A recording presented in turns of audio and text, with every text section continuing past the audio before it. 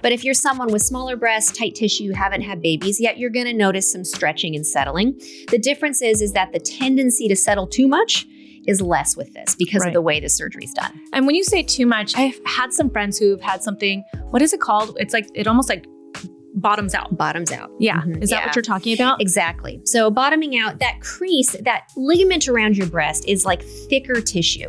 And that crease has the bottom part of that ligament. And once you violate that or harm it in surgery, it's weaker. And the pressure of the implant with gravity and time and activity may be too much, and it can push through or stretch that lower pole of your breast, and your implant falls lower than it should. So by preserving some normal breast tissue down there, not violating that crease, just that small incision is the only place where the crease is potentially spread apart, you're less likely to have that happen. Welcome to GlowLab. We're gonna have a lot of fun and learn a lot together. This is a really interesting episode for anyone who is considering getting breast augmentation, meaning you want breast implants, or if you're like me and you're just fascinated by cosmetic treatments and plastic surgery and the new technologies in plastic surgery, because my friend Felicia got her breasts done. She let us film it for this episode, meaning that it's probably best to watch this episode, but if you can only listen, I'm sure you're still gonna learn a lot. She got a procedure called Preservé by Motiva, and there are only about 40 plastic surgeons in the United States that are trained to do this procedure. And she went to one of them, and that is Dr. Killeen, a board-certified plastic surgeon in Beverly Hills, also someone who I personally love and have featured on my YouTube channel, Mixed Makeup, a couple of times. She went in there, got the procedure done, let us film it, and then Dr. Killeen also answered a bunch of my questions about this procedure. Just so you know, it's supposed to be a little less invasive. It preserves your natural breast tissue. It's quick. There are just so many more benefits to this procedure. So I cannot wait for you to learn more about it. All right, this is exciting. I was watching all the footage with Felicia. Some of it was a little bit hard for me to watch because it's surgery, and but I know like some people love watching this kind of stuff. I have had my breasts done. I've had breast augmentation, and what stood out to me was that it really seemed like you just like created a small incision.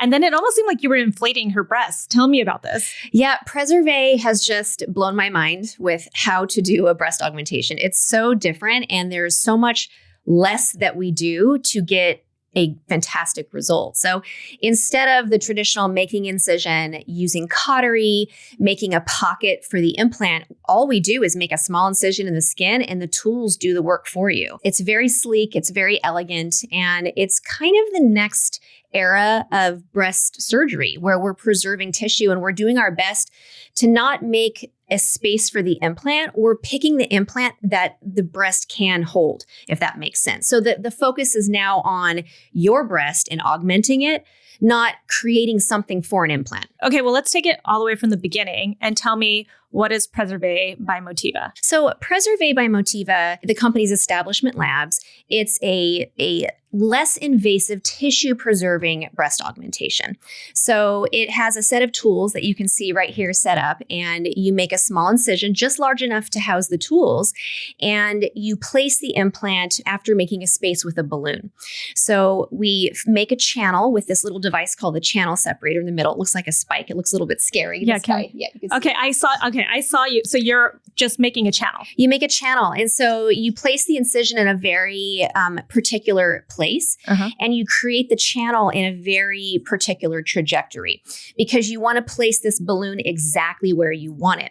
And that's what makes Preservé different. So in the past, we would choose implants that just fit your base diameter, and based off of your volume goals and what you wanted your look to be, you had some options for sizes. With Preservé, it's a little bit different. We are placing it a little bit smaller implants, and we can put them exactly where we want them. So if you're a woman who you don't really want a lot of volume, you just want some upper pole fullness, this is fantastic because I can place the implant a little higher and it stays there. And we didn't really have the ability to do that before. Just because of how we did the surgery, implants won't stay high. They have the tendency to drop down in the tissue that you've opened and cut for the surgery. And this allows us to place that balloon exactly where we want these adorable little implants implants to give you a beautiful augmentation and a more stable implant position. That actually makes me think there are people who want really massive breasts, right? And I know that sometimes they have to go through a few surgeries to get to that really big desired look. You're saying this is probably something this is not a procedure for them. So Preservé, the perfect candidates for Preservé are women who like the shape of their breast. They just want more volume. Right. So if you're a woman who's had babies and breastfed and you're just a bit deflated, if your breast is beautiful shape, but you just want to augment it, like 1 or 2 cup sizes at the most, this is a perfect option for that. We can actually do it with a mastopexy, a breast lift as well. And we can get the same benefits of the tissue preservation, even though we're tightening skin, because we're placing this balloon within that ligament that goes around your breast. And so as long as you choose the implant properly, you can get the implant in a very stable position, close the skin around it, and then have a stable augmentation mastopexy long term. It's a little bit, it blows patients' minds when they come in though, because it's a little bit different than what we're accustomed to. People are used to coming in, trying on implant sizers, kind of choose your own adventure augmentations. Yeah, I mean, that was the best part. Anytime I was in a plastic surgeon's office, whether I was there for like to film something, I would always go to their little side of their desk where they have all the different implant sizes and you're like squishing them and playing with them. And yeah. I remember even when I did mine, but by the way, I would have been like the perfect candidate for this because that's all I wanted was to just kind of like refill what I had lost while breastfeeding. Right. Really through like pregnancy because I feel like they just drop. They just deflate. Yeah, they deflate. Just a little bit loose. Deflate is the exact word. Yeah, it's unfair. It's like you breastfed your children and then you like. Yeah, like pregnancies, we always joke it's a multi-system disease. It just affects everything. Our hair's different, our skin's different, our breasts are different. So worth it. The babies are the best. But, you know, some of these things, it's hard to watch your body change in a way that you're not happy with. Exactly. And this is a nice way to just add a little bit back. So this is what you're putting in. Basically. So these are the implants that are compatible with the system. So since it's such a tiny incision, and in addition to that incision being small, there's a little path it has to go to get to that space. Okay. So instead of just going right in at the skin, it has to go through a little tunnel to get where we want it. It has to be a smaller implant that is more squishy so it can go through and not break. So squishy and strong. So the perfect implant for this is the ergonomics implant. And the sizes that you can use in this system are 150 to about 315 cc's. Which is fairly small, like very natural. I shouldn't say small, but very natural looking. Right. I think I have 260 cc's in my. Yeah. So you would have been a great candidate for it. I just did a friend with a 265 and they're gorgeous. Yeah. So when you say that they stay where you put them, does that mean, because, you know, when I did mine, they were really high up. I actually remember the doctor saying to me, they're going to be a little high. They're going to feel like they're really tight. But don't worry, they're going to drop. And then they did drop and they look really, really natural now. Does that mean that you're not going to go through a process You like will that? have less of that, but you will always have some of that because especially if you're someone who has tight tissue. If you're someone who's loose, you've breastfed babies, you're not going to notice the settling as much because your tissue's already been a bit stretched. You're just refilling. But if you're someone with smaller breasts, tight tissue, you haven't had babies yet, you're going to notice some stretching and settling. The difference is that the tendency to settle too much is less with this because of the way the surgery's done. And when you say too much, I've had some friends who've had something, what is it called? It's like, it almost like bottoms out. Bottoms out. Yeah. Is that what you're talking about? Exactly. So bottoming out, that crease, that ligament around your breast is like thicker tissue. And that crease has the bottom part of that ligament. And once you violate that or harm it in surgery, it's weaker. And the pressure of the implant with gravity and time and activity may be too much, and it can push through or stretch that lower pole of your breast, and your implant falls lower than it should.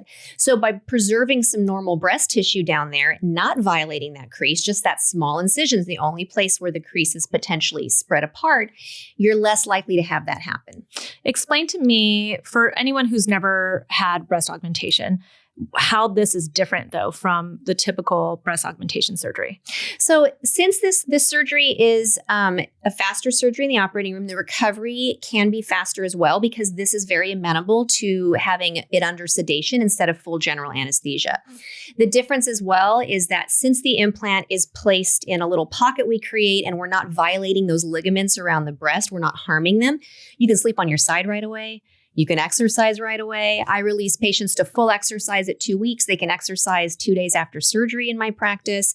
It's just a very different recovery. Whereas in a traditional breast augmentation where you are making the space and cutting things and potentially harming those thicker ligaments that are holding the implant in place, you do want the capsule to form well before you stress the area too much because you're depending on that to keep your implant in place. This procedure, we're not depending on that as much. We're hoping that your natural breast tissues that are preserved with the process of the balloon inflation instead of cutting is going to do that for you. They're preservé. They're preservé. They had a study where they, in a cadaver, they blew this balloon up to like 1,000 cc's. It was just enormous. And then they looked at the architecture of the breast and they showed that these ligaments were still intact after doing that. The key is planning before surgery with this procedure. Okay. So a lot of patients will say, Dr. Killeen, just pick in the operating room for me. Just a couple different sizes, like I trust your judgment.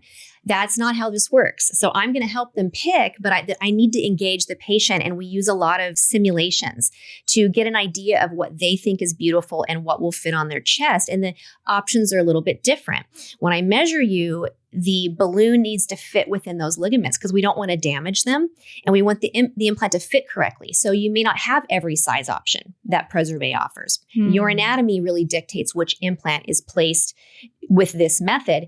And it will look often bigger than the implant is, which is very strange to me. I didn't believe it when I first started doing it, but you put these smaller implants in and they look larger. There's something about augmenting your normal anatomy instead of trying to change it that it just it likes it more. The implant just likes that position more. This is also an over the muscle augmentation. So, there's always a lot of controversy in plastic surgery, opinions about things. And we've been moving in recent years with both our cancer and our cosmetic patients to over the muscle augmentations. So wait, why is that? Because I think mine is half. Yeah, a dual plane. Yeah. And that's what I had before too. And it was very, very popular for a very long time. And we do things in medicine because we want to minimize complications and problems for people. But when you give in one area, you have to take in another area. And so we started putting implants over the muscle when they first came out. And we found that they did have more complications with infections and contractures and potentially nerves to the nipple. It was more problematic. And under the muscle, we saw those complication rates go down. Why? It's a good question. We thought that the muscle offered some protection to the implant, but I don't think any of us, it was truly clear why it was better. But what we've learned is that we were the problem. Oh. It wasn't the patient that was the problem. It was how the implant was being placed. We've just learned that capsular contracture, that tight scar tissue that can form around implants, it's so dependent on technique. We want to prevent your natural breast microbiome and the natural microbiome of your skin from getting on that implant. Because when it's on that implant, those bacteria hold hands, they make a gooey coating, and they cause chronic inflammation that leads to contracture. So the goal is to get that implant in without getting bacteria on it. And we figured out better ways to do that now. So I think in my practice, my contracture rates are extremely low, and it doesn't matter where I put the implant because I'm doing all the right things in surgery for you as a patient. We're using sterile funnels. We're using the right irrigants. We're changing our gloves. We're covering the nipple when we're operating. We're doing all these things that we've shown in studies that are going to minimize the chance of that. And the problem with under the muscle is that it's under the muscle. You're disrupting your natural breast anatomy.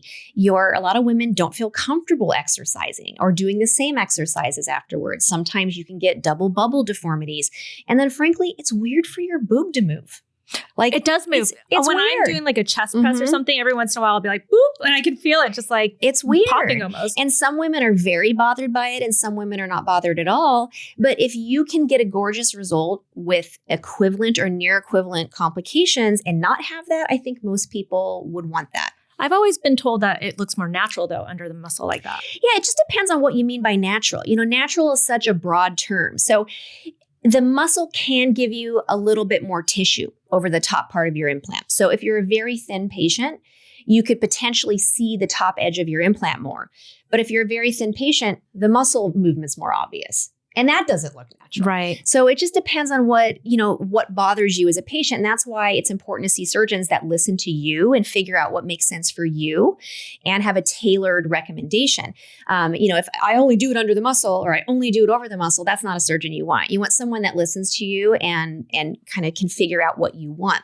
With the advent of fat grafting, though, a lot of the concern with the visible implant edge can be fixed with just doing a little fat grafting in that area. And you're not going to like puncture you certainly could, implant. But I always tell people we know how to fat graft safely. We know what implants feel like and regular breast tissue feels like, and so we're very careful when we place it. It doesn't take a lot of fat to smooth that upper edge and hide it if it is a bit more visible. Got it. So I've been told that it's even safer to go like a incision under your breast versus the nipple because of capsular contracture. Yeah. Is this all along the same lines of what you're talking about? Same lines, because you have this natural microbiome in your breast tissue. That ductal tissue is open through your nipple.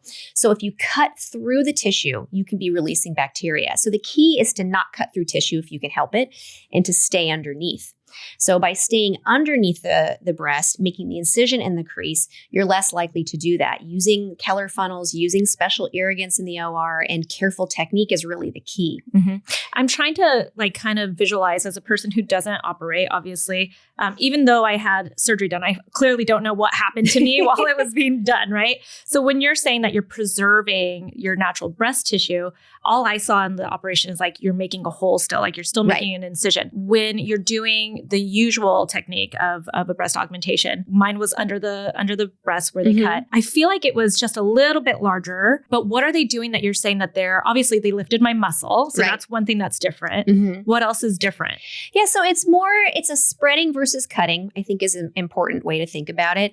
And it's respecting that ligament, the circummammary ligament around your breast. And so when we normally make a cut and we go, people will say they want their implants really close together. Yeah. I always tell them, no, you don't, because you're messing up your own ligaments that keep implants in the right position. You're just playing with fire when you try to change things too much with an augmentation. The best augmentations that look the most natural and last the longest are when we leave things where they should be.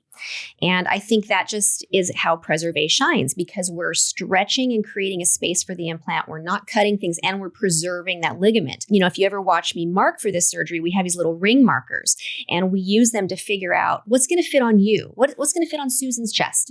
And then the implant choices are going to depend on that. I look at that marker, I figure out what implants are in that diameter. We can do a visualization, spread the tissue and remain within that border. And that's how you preserve tissue. We're not cutting to make a space for whatever implant, choose your own adventure. Right. We're just respecting the space in a way. And then, I think most women have a really pretty breast shape. It's pretty rare we need to distort things in the way that we often do with an augmentation. So I think it's just, we're doing this in so many areas in medicine. We're just trying to mess with things less. Yeah. We're just letting your body be how it is and augmenting it gently as opposed to trying to recreate it. So I was watching in the footage, like you're saying, you kind of pumped up it was like you inflated her breast first. It was with this this little guy. Yeah. Okay. Explain this to us. So this is the balloon itself. And this is what makes it different than other methods that attempt to be minimally invasive. We have little sizers like this that are not attached to this specialty rod. And you can't make them stay where you want them. With this, I can put it in and I'm like, this is where I want my implant, and hold it right there. There's markings on it so I can measure at the skin and look for symmetry and make sure that it's where I want. And then you put this little pump in here and you pump it up a little bit larger than the actual implant. So I usually do about 2 pumps past the size of the implant and then clip it off. Once this is in, we just let it sit for a couple minutes. And as you can see, it's also not the shape of a normal implant. No, it's not. The goal is to create a shape that when that relaxes will house this implant and not damage those external ligaments. We don't want it to go this way. We want it to go this way a little bit more than you typically would with a sizer. And that just creates the perfect space for the implant. Okay. So you're just kind of is stretch the right word? Stretch. You're stretching it out a little bit just to get it ready. Okay. Because I saw, I was watching, you kept saying numbers. Was that CC? Right. 40, 80, 120, 160, 200, 240, and then we'll go 2 pumps over. So it's funny when I trained on this. So there's only about 40 of us in the United States that are trained on this so far. And we flew down to Costa Rica to train and we played with it to figure out what our strength is. And so for most of us, about 40 cc's is what we get from this. So you just have to figure out as a surgeon how much. I know there's going to be surgeons in there saying I can get more. I'll have a competition with you. Yeah. But yeah, about 40 cc's is what you get. So we were going 40, 80, 120, 160 like that. God. Okay. I was wondering, I was like, is she counting cc's? Like what is she? Yeah. cc's of air. So just because I've tested myself, I know how much with my grip strength I get out of this little pump. I love that. Yeah. So it's funny. Why are there only like 40 of you? Anything minimally invasive and in the aesthetic space has the potential for people that aren't properly trained to grab it. And although this looks simple and in someone who's skilled hands, it is simple, this has the potential to really harm people. I mean, it is a large spiky instrument. The fact that you can do it under local, it's just, they wanted to make sure that the right people get this first. And that the right people, meaning board certified plastic surgeons. This isn't something, you've seen me talk about plastic surgeons versus cosmetic surgeons. This isn't something a cosmetic surgeon should have access to. And unfortunately, in some states, PAs and NPs can actually do procedures in clinics and they could potentially have access to this. And this is something that has the potential to be dangerous. And so you want to make sure you have the most highly skilled professionals using it. So Establishment Labs Motiva has been great in this regard because they already took a stand. When they put their implants out, they only sell to board certified plastic surgeons because patient safety is very important to them. I mean, could they make more money if they sold to everyone? Oh, sure, right? There's many more of them than there are of us, but they want you to be safe as the general public. And then as they rolled this out, they wanted to make sure that everyone doing it knew how to do it properly, which is why all of us were individually trained to do it. Now, when this is rolled out to all plastic surgeons next year, they're going to require training for it as well, because it's very important to them. They take great pride in their products, and it's very important to them that they're used properly and safely. You said that this is a shorter, it's a quicker procedure. I saw in the notes, it was like 15 minutes or something like that. Is that all it takes? That's all it takes. So the longest part of the procedure is the numbing, because you need to wait 10 minutes after numbing. So in this procedure, we use tumescent solution, which is just like you do for liposuction, dilute numbing. And it takes about 10 minutes to work. The local anesthetic in there, the numbing agent, works immediately, but the blood constricting agent in there that minimizes bleeding and bruising takes about 7-8 minutes to work. So we wait about 10 minutes. So it's like surgeons, we have a hard time being idle. It's the worst part of the procedure for me. But once I get going, it just takes me a few minutes to put it in. And since the incision's so small, we can close them very quickly. Wow. Okay. So, what would be the normal time, typical time for augmentation? Probably, I would say maybe 40 minutes to an hour. Okay. So not long, but this is still faster. And then also, it's pretty easy to do with local anesthesia and some sedation. And there's some people actually doing it. One of my friends in New York, Anna Steve, I think she's doing it under just local with no sedation. So the person's awake. That would freak me. I just want to be put asleep. I'm like better living through science. Like, please put me out. But some patients, it's very important to them. Anesthesia is a barrier. Yep. They're very scared and worried about the anesthesia in general. And so this is going to open up augmentations to a new population of patients. Totally. So many people talk about breast implant illness. Could this potentially be something that helps to keep that from happening? Or there's a potential. The problem with breast implant illness is we don't know what the heck it is. Yeah. We don't have an etiology. I can't say this is what causes it.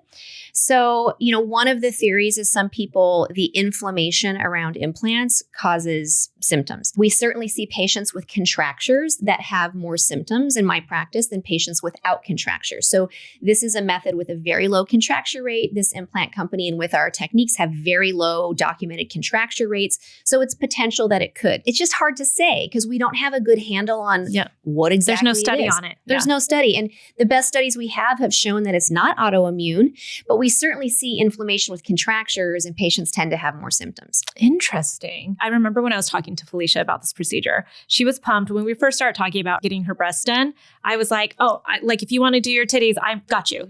She was one of my employees a while back and the height of like me growing my brand and stuff. So I was like, I've got you. I will pay for it. Let's go find the best doctor and everything. I was like, I've got a woman. I know who will do a really good job and take care of you. And she might even want to be open to us filming this and stuff. And this was before I knew that you were doing Preservé. That's right. Because I actually spoke to her before Preservé. Yes, you did. And then I came back from the training and I'm like, oh my God, she's perfect for this. Yes. And we asked her if she would like to convert to this type of augmentation. But she didn't know that this was a new, like you probably told her, but it went in one ear, out the other. Yeah. So she was visiting me like, I want to say like 2 months ago. Okay. And I'm like, oh, this is so exciting. She's one of like only a few doctors that can do this procedure. It's a new procedure. It's minimally invasive. Like, I'm telling her all the things, right? And I see her face change and she goes, this is a new procedure?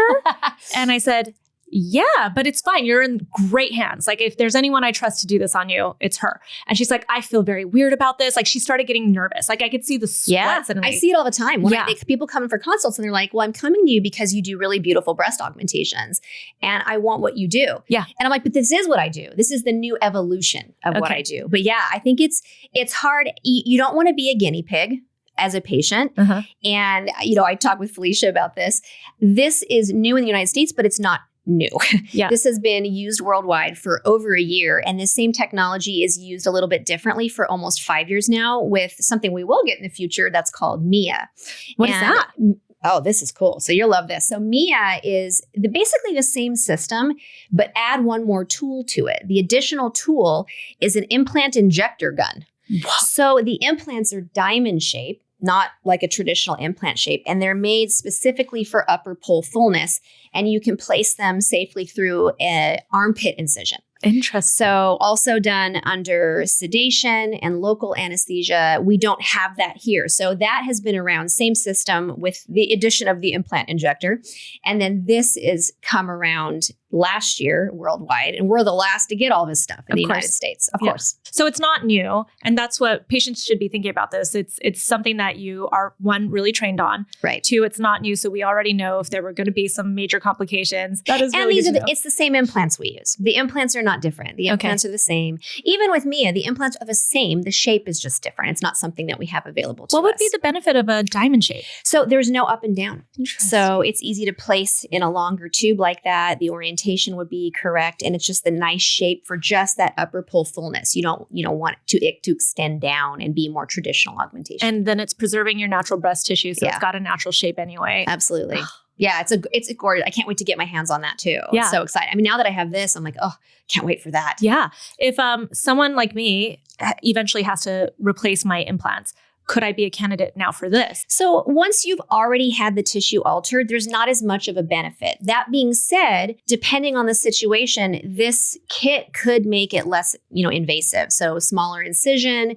If you're just a slight increase in size, this could be a great way to do that with less fuss, less going in and cutting, just potentially stretching, but not as much benefit to someone who's already had surgery. Okay. If I had a patient that wrote me and she's already had a breast reduction, and I had another patient who had cancer reconstruction, they've already had such significant damage and change to their breast tissue. I don't know that there'd be a big benefit to it, but you certainly could use it in that way. Tell me about the pastry bag.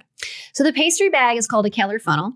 And unfortunately, not everyone uses them. They really should because it reduces the rates of contracture and infection, but it's a sterile funnel that's lubricated inside. And we drop the implant in and we get the implant into the space by using the pastry bag. It looks like a pastry bag. Yeah. And it prevents it from touching the skin edges and potentially getting bacteria on the implant. I'm pretty sure that was used on me. Yeah, I'm sure it was. It should be standard everywhere. There are not always people that use it. So it's always important, I think, as a patient that you make sure that your surgeon is using a Keller funnel. And then also, there's other brands too. Keller's the first one. That's what I like, Keller funnels.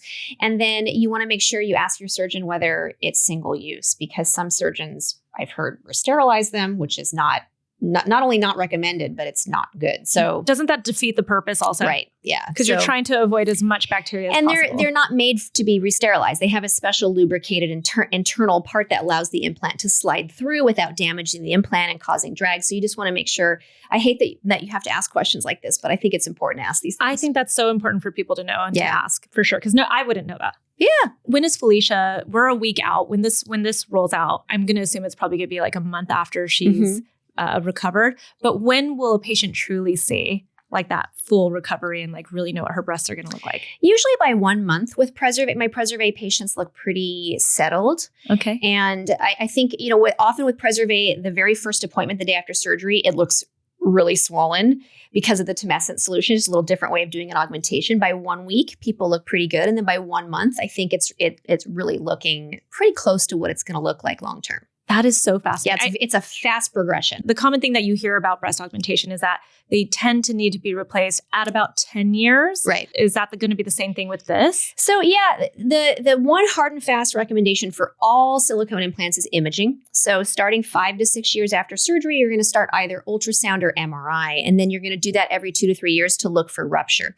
Now, switching them out, there's no real official recommendation, but most of us recommend that at some point you're going to probably want to consider it. Now, the older implants, the data shows that they start to weaken 8 to 11 years in, and then they start to break 11 to 14. So that 10-year number came from, hey, let's switch them out before they start breaking. Got it. Now, there's women that have implants for 30 years and they never break. Yeah. But there's also patients that have implants for 8 years and they break. So it just depends on you, how risk averse you are, and what you're willing to deal with. These newer implants are much sturdier. It's probably, in my opinion, going to be 15, 20 years before we're starting to see them weaken and the rupture rate go up. As a person, what are you willing to tolerate? As long as you're doing your imaging, it's not a problem to just go forever and intervene only if there's a problem. If your breasts look great, you feel great, you're doing your imaging every other year and there's no problem, I don't think anyone would tell you have to change them. Mm-hmm. But it's not wrong to think about it 15 to 20 years in to prevent there from being a problem. And most women, realistically, our bodies change and our kind of aesthetic changes and they want things changed after a while. A lot of the reoperations we see for breast augmentations are like, oh, I got them too big, now I want them smaller. Or I had them too small, now I want them bigger. Or they've sagged a little bit, I had babies, things like that. So I think it's never wrong to switch them out on a schedule. And I had someone respond in my comments, it's not like a tire. And I'm like, well, it's kind of exactly like a tire, right? You want to switch it before you get a flat. A ruptured silicone implant certainly isn't going to kill you, but it can cause some pretty significant issues with capsular contracture. It's very rare, but the silicone can cause granulomas or little nodules of silicone and inflammatory tissue. So I just think it's important to have these discussions with your doctor. A lot of women get augmentations young and they're not thinking about the future. Right. And it's something you need to consider. You are now the proud owner of a medical device. Right. And you need to remember that. And most of us, we will ultrasound our own patients. You come into the office. I tell my patients at their 6-month follow-up, put a reminder in your phone to tell you in 4 years to call me for an ultrasound, and just, take care of your body. It's preventative.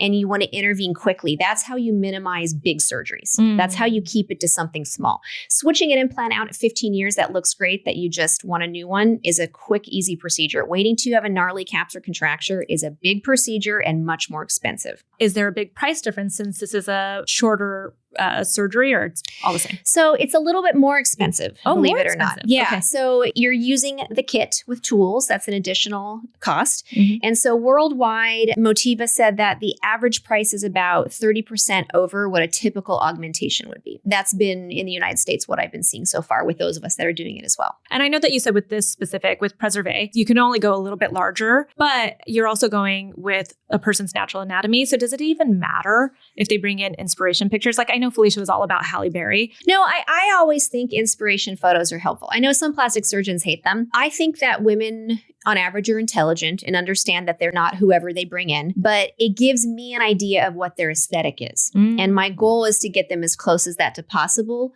or to talk with them about how what they're looking for is not possible with their anatomy. And what I've realized with many years of doing breast surgery is that all these words mean something different to patients than they do to me. And they mean different things from patient to patient, just like natural. I've had patients that come in wanting a natural augmentation and end up wanting a 500cc implant. And all their goal photos are anything but natural in my eyes. But to them, that's what natural is. What cc's is this for context for people watching? This one's 230. Okay, so that's Felicia's implant. This is 230 is this is what she's got carrying around in there. Okay, that cute little guy. So you said you've had patients come in, say 500 cc's, which is like double this. Double that. And they think that's natural looking. They think that's natural looking. Okay. It's just like over the muscle. They think that muscle movement is natural looking, or some people think it's unnatural looking. You know, it's all about your personal preferences. I find goal photos very helpful. It just opens a conversation and it gets me a little like view into their brain, what they're thinking. I think women are intelligent. A lot of surgeons get worried that like, oh, you know, I get this goal photo, she's going to think I can make her Halle Berry. And no, we're not stupid. Yeah. You know, we can navigate all of these things, but it does help me understand a little bit better. And that's ultimately a patient who gets what they expect is a happy patient. Right. Got it. Anything else that you think people should know about Preservé? No, I mean, I think it's pretty much it. I've been doing it for months now and I love it. It's just a fantastic method. It's been a little bit of a change and understanding for me for how I choose my implants with patients and how we do the work before surgery to get everything settled with the size. But now that I'm used to it, I think, I mean, anybody that's a candidate, this would be my preferred route of doing the augmentation. And is that what you say to them now in consultations? You're like, listen, I've got this procedure now. Mm-hmm. Yeah. For sure. This is so enlightening and interesting. I love learning about the evolution of plastic surgery. In fact, it makes me sad that in a few years, I'm not going to be, you know, the candidate that's like, you know, fixing myself up, because I can only imagine how all the technologies in plastic surgery are going to evolve. Yeah. And I love it because breast surgery, we haven't got a lot in recent years. I mean, it was many years until we got a new implant, and now like over 10 years. And then now we have the Motiva implants. And then in you know, a short time period, now we have the Preservé. Hopefully we'll have Mia. They have the other implants that potentially will hit the market. So it's just fun as a breast surgeon to have innovation in our space, because there hasn't been a lot of it. Innovation in plastic surgery is so exciting. I mean, everyone's just looking so much better. Celebrities lately too, talking about their surgeries, and it's great. Clearly seeing it too. They look good. They look good. Yeah. Yeah. And it's better for people. It's better for young girls to know that it's surgery and not, you know, whatever filter, you know, magical acai bowl or natural. It's just genetics. I think it's really, the conversations being open are really helpful. And I'm really glad celebrities are being more open about it. Me too. Thank you so much. You're welcome. And where can people find you? So my office is in Beverly Hills. I'm at The Practice Healthcare is the name of my practice. I have a couple partners there. And if you're interested in Preservé and you have questions, you can always send me a DM on TikTok or Instagram. And on my website, I actually have a little chrysalix simulator, so people can play with it themselves if you sign up for it. Ooh, I love that. So if you go to my website and click on the chrysalix location, you can try on implants on your own body, and it'll tell you how to upload your own pictures and let you play around a little bit. Thank you so much. You're welcome. Thanks for tuning into this episode of GlowLab. If you enjoyed it, make sure to leave a review, share it with your friends, give it a like on social media, and it's all so we can continue giving you really great episodes and bring you on some really great guests.